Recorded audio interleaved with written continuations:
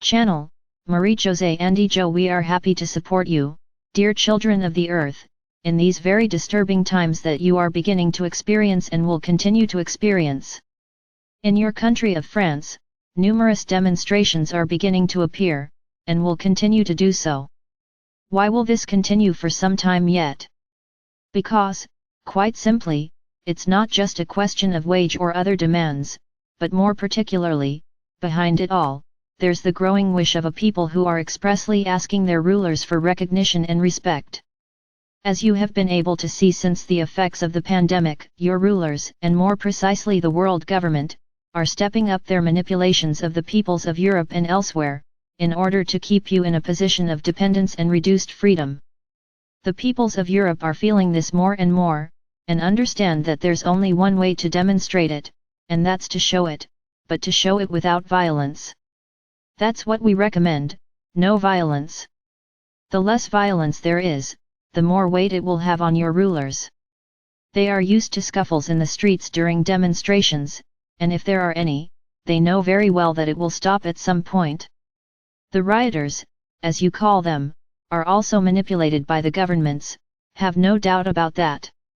So, to get back to what's going on in your country of France, what emerges from these demonstrations is quite simply a great awareness of the manipulations and lack of respect for the people as a whole. This means that a new way of life is opening up for you. And why is that? Because, after these demonstrations, which will snowball, as you put it, into other trades and professions, nothing will ever be the same again. This new awareness is going to have a major impact on government decisions, and we'd go so far as to say that European governments are going to have to change their bureaucratic regulations, which are ill-suited to real life in your countries. Why will this have an impact on governments? Because, until now, the people of Europe have been demonstrating, yes, by trade category, but never as a whole, united in their demand for respect. The new consciousness is on the march. It may surprise you to hear us say this, because you don't really understand it. But we, your brothers of light, are noticing an enormous shift in the energies of human beings on Earth. These energies are more and more accentuated in the sense that they demonstrate what we spoke of earlier, i.e. the demand for respect for every human being, respect for his work, his life, and his freedom to live and think. Until now in Europe, you thought you were in countries of freedom.